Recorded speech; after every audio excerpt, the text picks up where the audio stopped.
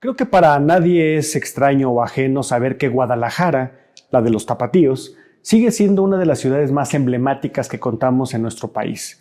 Y no solamente porque se considera una de las grandes ciudades capitales que contamos, sino además porque está llena de historia, belleza y estética. Y es que aquí en la ciudad de Guadalajara, desde que fuimos fundados tuvimos una suerte de varias situaciones que permitieron que Guadalajara fuera considerada muy distinto a lo que ocurría en el centro del país. Y aunque bien esto podría parecer una plática quizás un poco densa sobre historia, lo que queremos es compartir un poco sobre cómo fue que se decidió que en este Valle de Atemajac encontráramos asiento definitivo. Recordarán sin duda alguna ustedes que muchas de las leyendas que venían de este imaginario en torno a encontrar no solamente las Cíbolas, esta famosa ciudad de oro, sino que además se podían encontrar en estas tierras una riqueza incalculable y sobre todo saber que también las posibilidades eran casi infinitas. Como una de las situaciones, aparte de lo que ocurría en el centro del país propiamente con don Hernán Cortés, vamos a encontrarnos que en esta tierra, en este occidente, va a haber un personaje que va a tener una especial singularidad. Y decimos que los tapatíos reconocemos muy bien quién fue la madre de Guadalajara. Y quizás desde una forma muy freudiana seguimos debatiendo en torno a nuestro padre. Y me refiero con esto al muy señor don Nuño Beltrán de Guzmán. Más o menos la historia que nos han dicho es que una vez que van a empezar a hacer la conquista propiamente de la zona de Occidente, pues van a estar comandados por el muy señor Nuño don Beltrán de Guzmán. Y él no solamente va a llevar en la exploración, sino sobre todo con el ahínco de encontrar nuevas tierras y sobre todo poder reclamar título que en ese momento también se estaba debatiendo. Como una forma quizás un tanto casual, pero sin duda alguna significativa, la ciudad de Guadalajara va a tener su nombre debido a la Guadalajara de España, ya que el señor Nuño Beltrán de Guzmán pertenecía a aquellas latitudes. Todavía inclusive para nosotros los tapatíos, así es el patronímico de los que aquí vivimos, se sigue debatiendo en torno a qué es Guadalajara. Ya sabemos que es una palabra de origen árabe, moro inclusive, donde se dice que es río que corre entre las piedras. Sin embargo, hay ciertos filólogos que siguen debatiendo, al menos en nuestras tierras, si verdaderamente es el significado correcto a tal. Pero como tenemos que crear concertaciones, pues vamos a definir que así sucede como lo acabamos de mencionar. Guadalajara tuvo una suerte bastante interesante. Y es que tuvimos primero una fundación. Nuestra primera fundación fue en Nochistlán, lo que hoy conocemos como uno de los territorios de Zacatecas, un estado vecino de aquí de Jalisco. Zacatecas no solamente es famoso por la riqueza que tiene en el mineral, es un gran Potosí, sino que además por su orografía que es un tanto no pareja propiamente. Y nos dicen que van a encontrar estos españoles empecinados en fundar aquí una ciudad y sobre todo dar asiento, que es en Nochistlán donde van a encontrar estas condiciones. La verdad de las cosas es que Nochistlán es un terreno bastante difícil en sí mismo, que no se encuentra de una manera tan plana como podríamos pensar, y además que contaba constantemente con el ataque de los naturales. Entonces, de acuerdo a las crónicas que sabemos, cada vez que estos españoles tenían que salir ya sea a explorar, a cazar, a conseguir más recursos, pues muchos de ellos no volvían o si acaso volvían, estaban ya gravemente heridos, lo cual pues no era propicio para poder asentarse definitivamente en ese sitio. Fue entonces que en una reunión incipiente de cabildo determinan cambiarse a una segunda Guadalajara. Y en esta ocasión se van a cambiar ya más cercano a la actual fundación. Y me refiero a Tonalá. Y en Tonalá no solamente se van a asentar, y en un principio, de acuerdo a ciertos cronistas e historiadores, había unas relaciones, por lo menos si no buenas, sino tan tensas con los naturales de esa región, donde por cierto gobernaba a nombre de su hijo la reina. Y a través también de estos constantes ataques, de alguna forma negociaciones, si pudiéramos llamarlo de ese modo, fue que se determinó que también había que movernos del lugar de Tonalá, ya que la presencia amenazante de los indígenas y que ya las relaciones eran un tanto ríspidas, pues ya no eran fáciles para que pudiéramos hacer asiento definitivo. Y es entonces cuando se trasladan a la tercera Guadalajara, la Guadalajara heroica, la de Tlacotán. Y es algo muy interesante.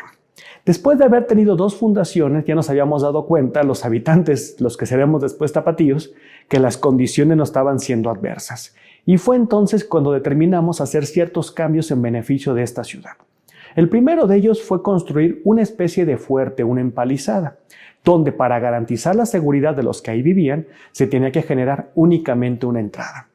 Y el principio más lógico nos dice que si solamente había una entrada, solamente tenía que haber una salida, lo cual permitía hasta cierto punto que fuera controlado y que estuviera más protegido esta región. Se comenzaron a edificar casas evidentemente de madera y todavía de una manera muy endeble.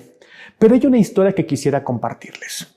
Nos dice nuestro primer cronista, el padre de la historia tapatía propiamente, el muy señor, el padre Tello, nos dice que precisamente para un día de San Miguel se encontraban estos primeros tapatíos celebrando una misa, un oficio religioso. No solamente porque era el día del Señor San Miguel, sino porque tenía que cumplir también con sus obligaciones espirituales. Y ese entonces nos dice el padre Tello que vieron que alrededor de esta incipiente ciudad, pequeña sin duda alguna, comenzaron a reunirse los indígenas. Lo alarmante no era la cantidad de los indígenas como tal, sino que estaban de alguna manera los de las diferentes etnias se estaban reuniendo con un objetivo común, destruir a esos invasores. Y es cuando va a aparecer nuevamente una de las mujeres que sin duda alguna tendrán una gran participación y trascendencia en nuestra historia. Y me refiero a doña Beatriz Hernández. El padre Tello nos dice que al darse cuenta que estaban rodeados, llamaron no solamente a las armas, sino que además doña Beatriz reunió a las mujeres para ellas protegerlas y de alguna forma comandarlas para esperar que en todo caso el ataque no fuera tan brutal y si así lo fuera que al menos ellos tuvieran una oportunidad de salvar el pellejo. Y fue entonces cuando los hombres comenzaron a prepararse para las armas. En esa situación hay dos casos bastante interesantes. Podríamos decir que en esa tercera Guadalajara vimos probablemente el primer prototipo de un tanque de guerra. Me explico. De acuerdo a la crónica del padre Tello nos dice que en estos caballos, unos caballos que traían, lograron ponerles unas especies de tablones a los caballos y donde lograron amarrarles un cañón serpentín, lo cual cargaban el cañón y hacían que el caballo corriera alrededor del campamento, donde fuera el estruendo o disparara. Sin duda alguna tuvo que haber sido un fenómeno haber visto esa imaginativa, pero ya lo sabemos, que a grandes problemas, grandes soluciones. Y otro dato muy interesante, más o menos al momento que estaba en este ataque, ocurre que estábamos en temporada todavía de lluvias y habían dejado unos pequeños barriles con pólvora a la intemperie, lo cual la pólvora al haber recibido el rocío pues se había convertido propiamente en agua inservible. Fue entonces que la necesidad los hizo encontrar una solución práctica. Si la pólvora estaba mojada, la mejor forma para utilizarla era secándola. Se les ocurrió acercarla propiamente a una fogata. Sobra decirles lo que va a ocurrir con ese gran estruendo. Mientras se encontraban propiamente en esta pelea, nos dice el cronista que pidieron la intercesión divina de San Miguel Arcángel y Santo Santiago. Y dice el padre Tello de una forma sumamente bella y hasta poética, que al ver que éramos superados por unos indígenas en una cantidad asombrosa, pidieron la intercesión divina. Y dice el padre Tello que aunque él no estuvo presente, le han contado que vieron descender personas, no solamente de Seso, sino además cuyo valor es innegable, que vieron descender del cielo a San Miguel Arcángel con flamígera espada y a Santo Santiago montando un fiero corcel blanco. Y como ellos, de acuerdo a lo que le contaron al padre Tello, decían que veían que descendían del cielo aniquilando también a los indígenas. Imagínense entonces la circunstancia. De acuerdo a las crónicas sabemos que por cada español por lo menos había de 100 a 120 indígenas que estaban a punto de entrar a ese lugar. Si no hubiera sido por la intercesión divina de estos dos personajes, otra habría sido la historia de nuestra ciudad. Pero también hay algo bastante interesante. Sabemos que doña Beatriz Hernández, una de las madres de Guadalajara, no solamente era una mujer de mucho carácter, de mucho temple, sino que además nos cuentan que ella también ideó un plan de ataque para lograr que los españoles pudieran derrotar a los indígenas. ¿Y de qué manera sucedió? Nos dice que no solamente va a enfilar a las mujeres, sino que prácticamente a su orden se van a levantar también las enaguas. Es entonces cuando los naturales ven a aquellas mujeres blancas y quedan pasmados, facilitándole entonces a los españoles que puedan aniquilar a estos enemigos. Lo que sí es interesante decirlo es que después de este combate tuvieron una reunión y todo el mundo estuvo de acuerdo en decir que fue gracias a la intercesión divina que lograron salvar el pellejo. Y es entonces cuando van a decretar también que Guadalajara tenga dos patronos, San Miguel Arcángel y Santo Santiago. Y esto lo vamos a ver después ya materializado en la famosa Catedral de Guadalajara. Después de haber tenido ya esa reunión, determinaron que ya no era posible seguir viviendo entonces en esa Guadalajara heroica, la de Tlacotán. Y era necesario hacer un cambio nuevamente. Y el cambio se llevó a cabo hacia la Cuarta Guadalajara. Y esta Cuarta Guadalajara tenía varias condiciones. La primera de ellas, tenía que ser en un sitio que no solamente fuera plano. Ya sabemos que la construcción en los sitios planos es mucho más sencilla, sino que además también permitía tener una mejor observación, ya que entonces al no haber accidentes geográficos se podía determinar al menos con cierta distancia cualquier movimiento o suceso que se acercara. La otra de las condiciones es que había que encontrar el sitio que tuviera también defensa natural, y por un lado estaríamos custodiados propiamente por la gran barranca de Huentitán. En el caso de que los indígenas, los naturales, quisieran atacarnos, tendrían que subir esta barranca. No quiere decir que no lo hubieran logrado, pero eso también hubiera permitido a los habitantes de la que será Guadalajara haber tenido mayor oportunidad para no solamente la defensa, el ataque o, por qué no decirlo, también la huida. Y otro de los puntos determinantes es que se tenía que encontrar los materiales suficientes, los recursos, para poder empezar una vida con cierta comodidad.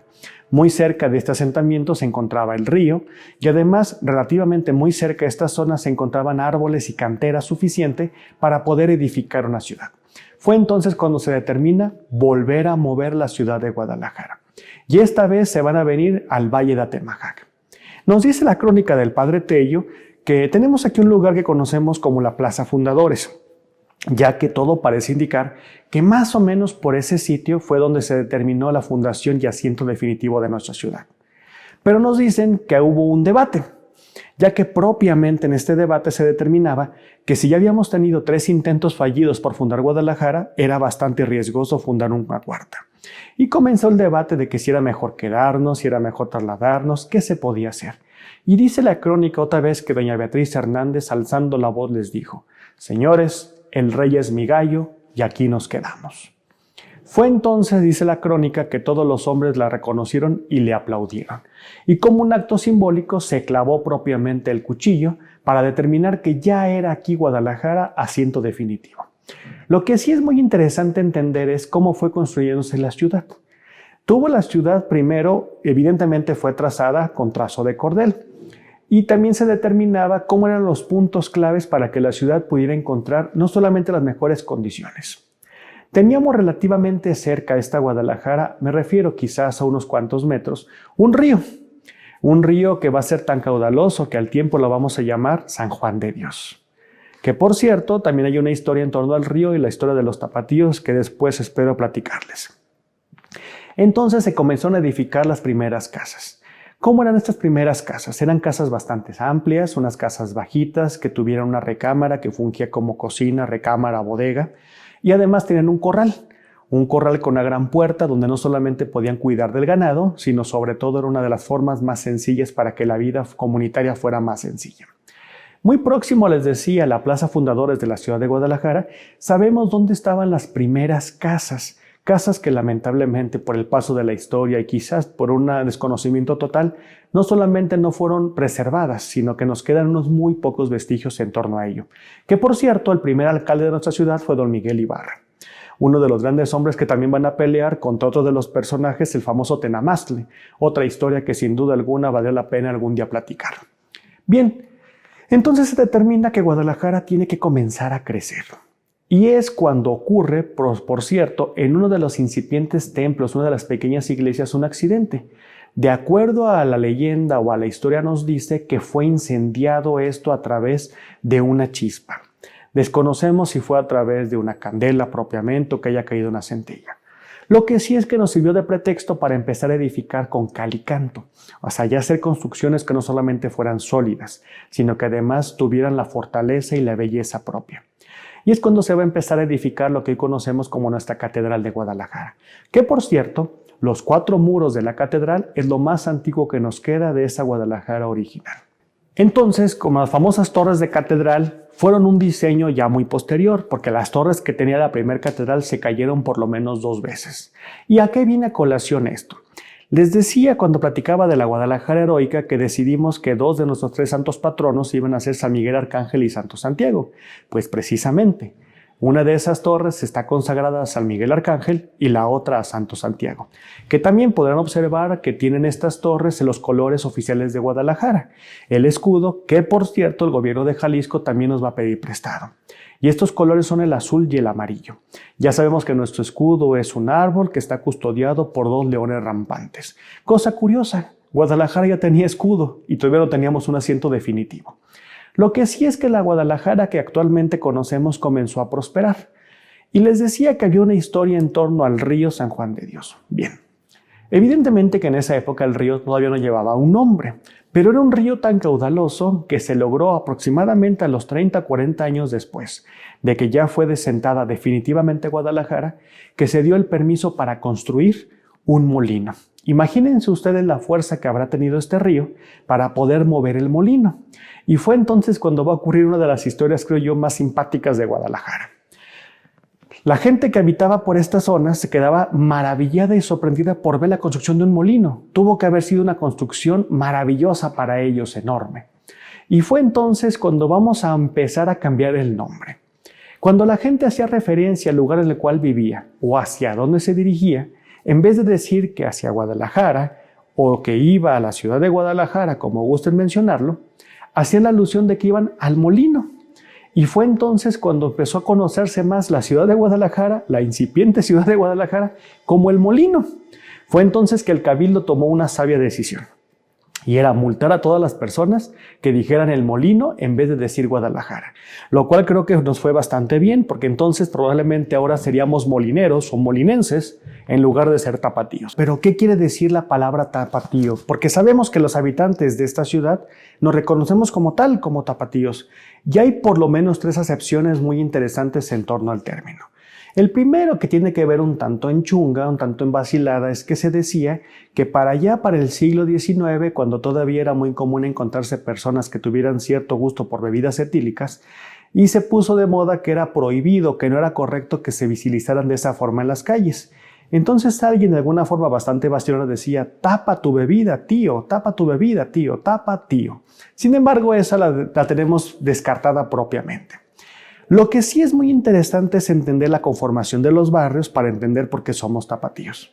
Resulta que una vez que ya va a ser asentada la ciudad de Guadalajara, un 14 de febrero de 1542, comenzó Guadalajara a crecer. No hemos encontrado propiamente el acta de fundación de la ciudad. Esperamos algún día encontrar esa acta y sobre todo el primer libro del Padre Tello, que está perdido. Sabemos que probablemente, como era la usanza, el primer tomo tenía que ver con la conquista de este país, con lo que será México. Sin embargo, no hemos podido dar con él. Lo que sí sabemos es que hubo un levantamiento, la famosa Guerra del Mixtón. O este levantamiento con la Guerra del Mixtón va a mover al famoso virrey de Mendoza para que venga a apaciguar. Una vez que logra apaciguar por estas regiones, estos incipientes tapatíos, por cierto, 63 familias que van a fundar Guadalajara, lo invitan para que sea testigo de honor de la fundación de la ciudad. Lo que sí sabemos es que el virrey de Mendoza estuvo por estas tierras entre el 12 y el 16 de febrero aproximadamente. Como un acto sumamente salomónico, se determinó que el 14 de febrero tenía que ser una fecha en la cual la fundación de Guadalajara fuera cierta. Como ya Guadalajara se encontraba fundada, teníamos necesidad también de darle asiento o cobijo a algunos de los pueblos que habían llegado para apoyar la rebelión y el sofocamiento de la misma rebelión del Mixtón. Y fue entonces cuando el virrey de Mendoza les pide a algunos de los indígenas que lo acompañaban del centro del país que se asienten en esta tierra. Y es cuando se les va a dar lo que ahora conoceríamos como el barrio de Mexicalcingo, el cual la palabra nos dice que significa lugar donde viven los nobles mexicanos o lugar donde viven los mexicanitos. Pero también hubo otros barrios. El próximo barrio, y bastante cercano por cierto, era Analco, del otro lado del río. Este río que después será una calzada, que hasta la fecha los tapatíos sabemos que Guadalajara se divide de la calzada para acá y de la calzada para allá. Solamente para alguien que conoce la ciudad de Guadalajara puede entender la referencia como tal. Y el tercero de los pueblos era propiamente Mezquitán. Entonces ya teníamos que eran 3 pueblos indígenas que estaban relativamente cercanas a la ciudad de Guadalajara, pero también como un apartheid. O sea, los tapatíos vivíamos de alguna forma un tanto solos para evitar cualquier tipo de trifulcas. Pero ocurría algo, que había el famoso tianguis. Y todo parece indicar que el tianguis se hacía en esos 3 barrios. Lo interesante es que también existe una definición que la palabra tapatío viene del tapatiotl, que era una forma de medida. Para decirlo de un tenor bastante sencillo, era una paridad 3-1. 3 barrios, un tianguis. 3 kilos de maíz por un real, por un grano de cacao, lo que ustedes gusten y manden. Tan es así que para nosotros los habitantes de Guadalajara todavía es muy común ver tapatíos en un tianguis o en un mercado. Son estas naranjas que se ponen como una forma de pirámide, una base de 3 y arriba se les pone otra naranja. Esta pequeña pirámide también se le conoce como tapatío. Lo cual entonces decidimos que la palabra tapatío significa el que vale por 3. Y estoy seguro que ninguno de mis compañeros que habitamos en esta bella ciudad podemos negar lo antes dicho. Tapatío es entonces el que vale por 3. Pero fíjese usted que hemos tenido también muchas cosas interesantes, creo yo, a lo largo de la historia. Y es que, por ejemplo, el padre de la patria, don Miguel Hidalgo y Costilla, va a tener aquí en la ciudad de Guadalajara un asiento que va a permitir que en realidad sea considerada Guadalajara como la cuna de la insurgencia. Una vez que Hidalgo llega a la ciudad de Guadalajara, va a hacer 4 de las acciones, creo yo, contundentes para entender el rumbo de la insurgencia. El primero de ellos es que determina que aquí en la ciudad de Guadalajara se cree el periódico Independiente, el primer órgano que se iba a encargar de atacar, no solamente lo que estaba ocurriendo, sino la autoridad. Y este diario llevaba por nombre El Despertador Americano, que por cierto parece ser que realmente el de la idea fue Francisco Severo Maldonado, uno de los grandes hombres que algún día tendremos que volver a platicar en torno a él. El segundo de los puntos es que aquí en la ciudad de Guadalajara se logra el decreto de la abolición de la esclavitud. Y propiamente lo que ahora conocemos como Morelia dicen que ahí fue donde ocurrió realmente el primer decreto. Lo que sí podemos garantizar es que al menos fue en la ciudad de Guadalajara, donde ya Hidalgo toma el gobierno y, por decirlo en un tenor bastante sencillo, a través de papel oficial y con sellos, logra hacer este decreto de la abolición de la esclavitud, lo cual nos permitió adelantarnos a los Estados Unidos por lo menos 62 años. El tercero de los puntos claves es que aquí Hidalgo va a idear verdaderamente el rumbo de la insurgencia.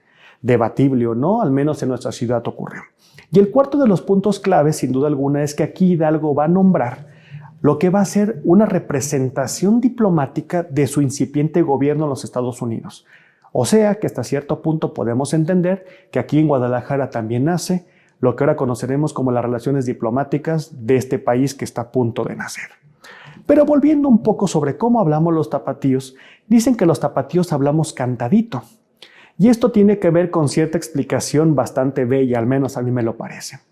Pareciera que los mexicanos en general somos hombres de largos discursos, ya que nosotros tememos no solamente ofender si preguntamos de una forma no solamente burda, sino hasta cierto punto rústica, y tratamos de aderezar para que la petición sea un poco más tenue o más sencilla.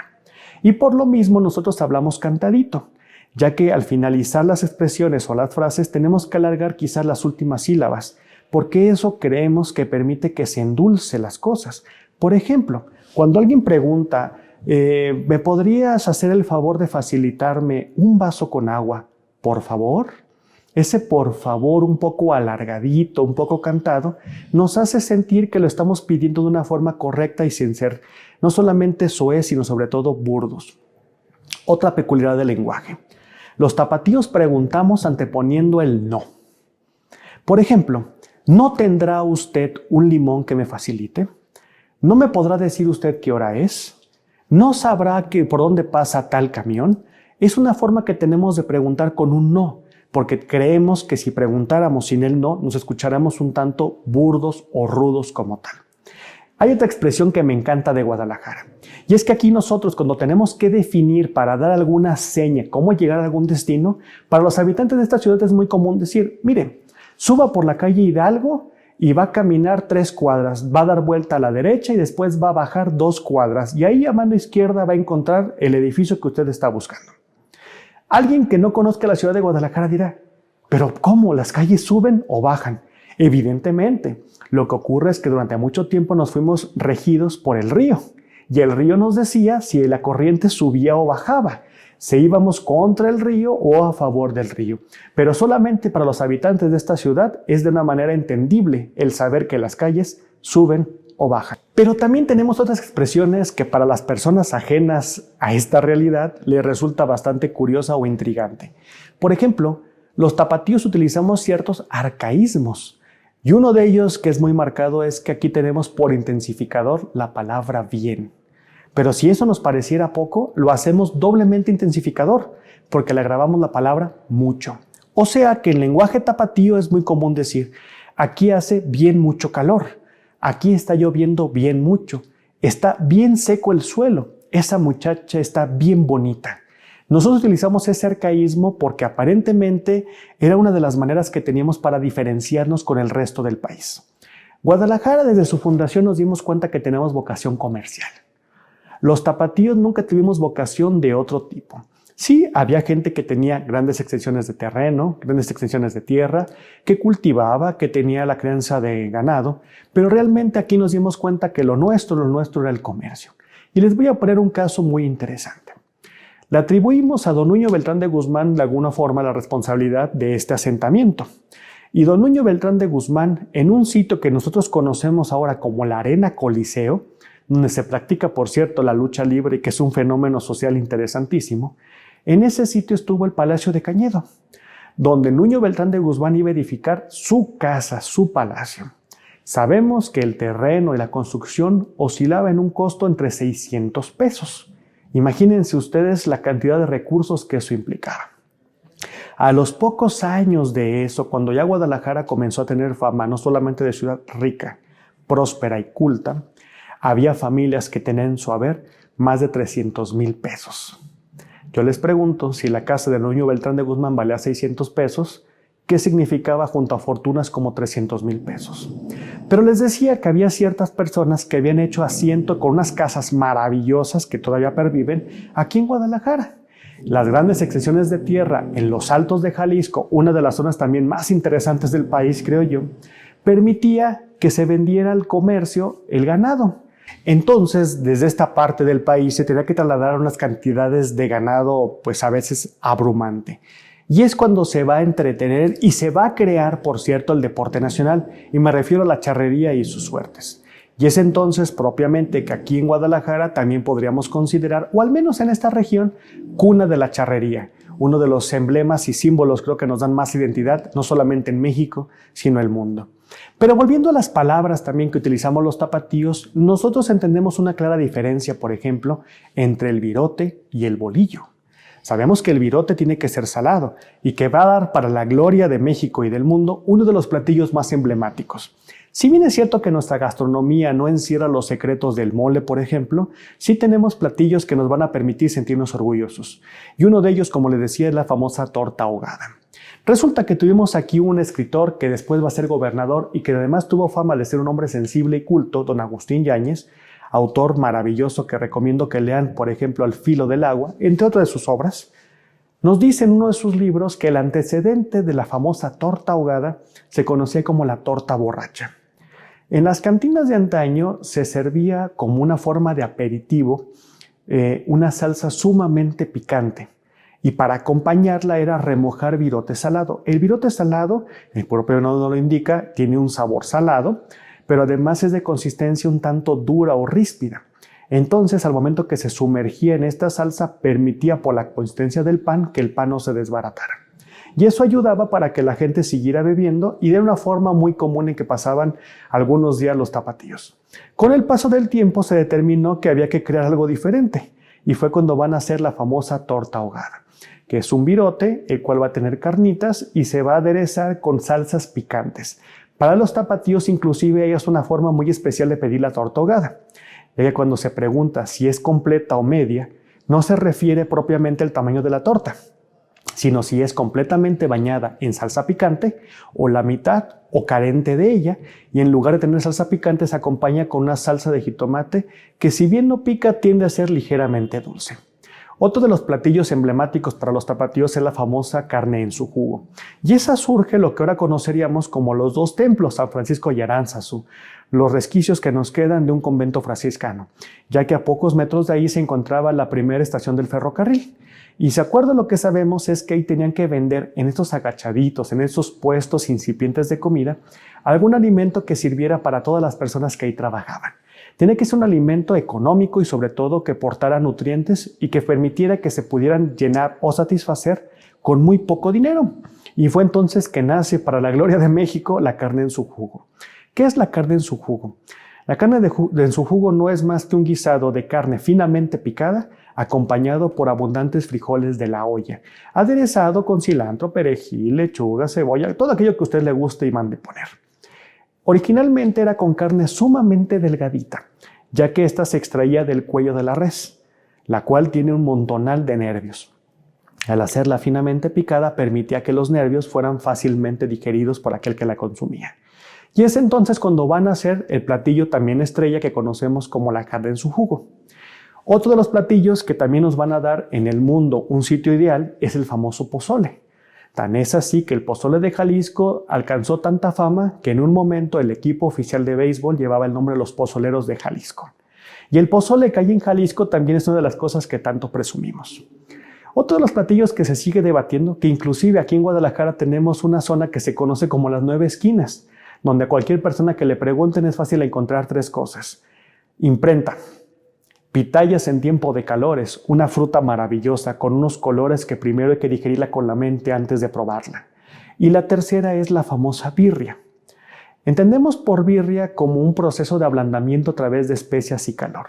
La historia o las múltiples historias que se cuentan en torno a la birria es que originalmente surge en este Potosí que les decía en un principio, el famoso Zacatecas, donde para hacer la extracción de los minerales se tenían que crear chivos que permitieran no solamente la subsistencia, sino había que dejarlos que se hicieran viejos. Tan es así que para nosotros existen ciertos refranes en torno a ello.